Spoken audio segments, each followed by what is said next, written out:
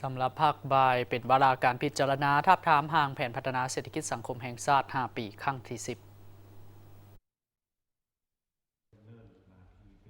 ท่านเพชรพรหมพิพักษ์รัฐมนตรีกระทรวงแผนการและการลงทุนต่างหากคณะรับผิดชอบห่างแผนพัฒนาเศรษฐกิจสังคมแห่งชาติ5 ปีครั้งที่ 10ได้รายงานเกี่ยวกับการทาบทามห่างแผนพัฒนาเศรษฐกิจสังคมแห่งชาติ5 ปีครั้งที่ 10 2026 ถึง 2030 ว่าแผนพัฒนาเศรษฐกิจสังคมแห่งชาติ5 ปีครั้งที่ 10 2026 ถึง 2030 แม้นมีบทบาทสำคัญอย่างยิ่งในการสืบต่อพันขยายวิสัยทัศน์ฮอดปี 2030 แผนยุทธศาสตร์การข้ามผ่านของสาธารณรัฐประชาธิปไตยประชาชนลาวเพื่อออกจากสถานภาพประเทศด้อยพัฒนาในปี 2026 และหลังปี 2026 ยุทธศาสตร์การเติบโตสีเขียวและเป้าหมายการพัฒนาแบบนิยมฮอดปี 2030 นอกนี้ยังเป็นแผนสืบต่อแก้ไขความยุ่งยากทางด้านเศรษฐกิจการเงินก็คือการพันขยายมติ 04 ทับกมสพว่าด้วยการสร้างเศรษฐกิจเอกราชเป็นเจ้าตนเองในระยะใหม่และมติกองประชุมใหญ่ผู้แทนทั่วประเทศครั้งที่ 12 ของพรรคประชาชนปฏิบัติลาวและยุทธศาสตร์การพัฒนาเศรษฐกิจสังคมฮอดปี 2035 และวิสัยทัศน์ฮอดปี 2045 ให้สำเร็จตามคาดหมายที่วางไว้พร้อมนั้นก็ได้วางคำขวัญของแผนพัฒนาเศรษฐกิจสังคม 5 ปีครั้งที่ 10 คือตั้งหน้าสร้างเศรษฐกิจเอกราชเป็นเจ้าตนเองนำใส่ทุกทางแหงอย่างมีประสิทธิผลพัฒนาเศรษฐกิจสังคมตามทิศสีเขียวและยืนยงฉะนั้น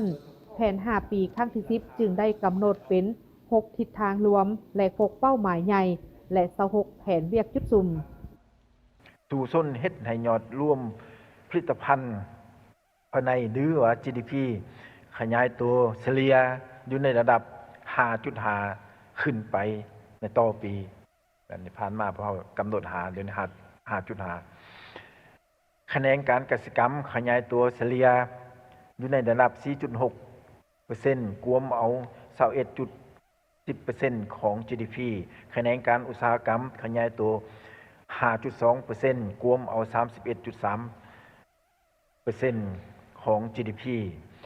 คะแนนการบริการขยายตัวเฉลี่ยระดับ 6.4% กวมเอา 37.2% ของ GDP ภาษีอากรขยายตัวเฉลี่ยอยู่ในระดับ 4.1% กวมเอา 10.4% ของ GDP ยอดผลิตภัณฑ์ภายในเนื้อ GDP ต่อหัวคนให้ได้ $3,049 สหรัฐในปี 2030 รวมยอดผลิตภัณฑ์ภายในหรือว่ารายได้แห่งชาติ GNI ต่อหัวคนให้ได้ $2,863 สหรัฐในปี 2030 พร้อมนี้บรรดาท่านสมาชิกสภาแห่งชาติก็ได้พร้อมกันประกอบความคิดความเห็นเสนอต่อรัฐบาลเพื่อซอกหาวิธีแก้ไขปัญหาหีบด่วนปัญหาที่เกิดขึ้นในสังคมปัจจุบันซึ่งประชาชนยัง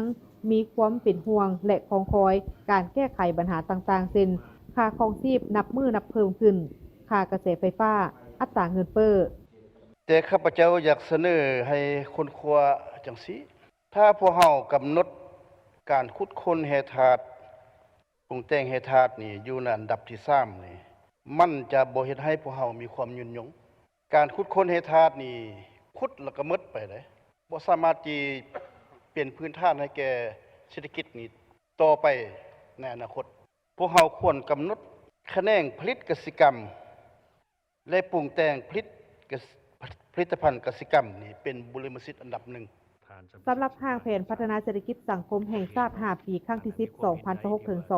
2030 นี่ถือได้ว่าเป็นห้างแผนพัฒนาเศรษฐกิจสังคมแห่งชาติที่สำคัญในการจัดตั้งปฏิบัติแผนนี้ให้ปรากฏผลเป็นจริงประธานกองประชุมได้มีคำเห็นเจาะจิ้มเพื่อให้ได้รับประสิทธิผลในการจัดตั้งปฏิบัติในต่อหน้า